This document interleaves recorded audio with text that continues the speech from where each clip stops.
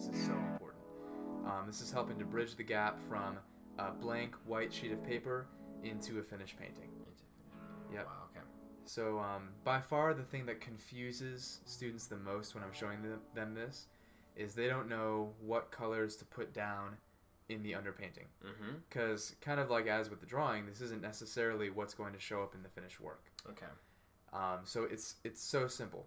Here's your rule of thumb. Any patch of color, any area, you want to look at your reference and ask yourself, is this more cerulean blue? Okay. Or is it more ultramarine blue? Okay. Or is it more raw sienna?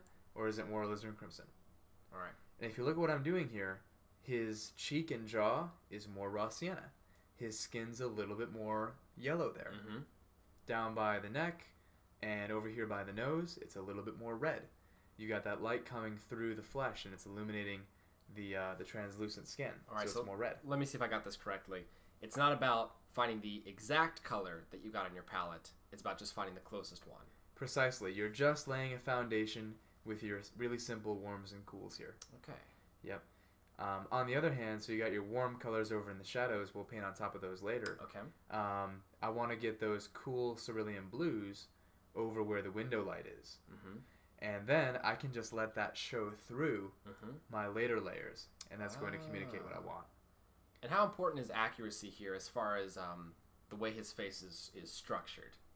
Well, I mean, at this point, we've got the structure correct with the drawing. Okay. As far as the colors go, not very important. The colors can bleed into each other. It's totally fine. Okay. In fact, you want them to, because if they don't, if you've got too many hard, crisp edges at this point, ultimately his head will look like it was cut out of a magazine and pasted on the paper. Yeah. Which you don't want.